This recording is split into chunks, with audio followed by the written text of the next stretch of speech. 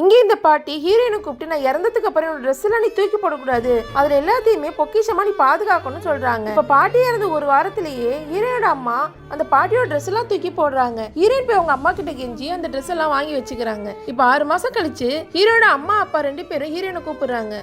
உனக்கு 18 வயசு ஆகுது, அதனால நான் சொத்து எல்லாத்தையுமே பிரிக்க போறேன்னு சொல்லி அவங்களோட மொத்த சொத்தையுமே அவங்க பையன் பேர் எழுதி வச்சுட்டு பாட்டியோட பழைய துணியை மட்டும் ஹீரோயின் கொடுக்குறாங்க.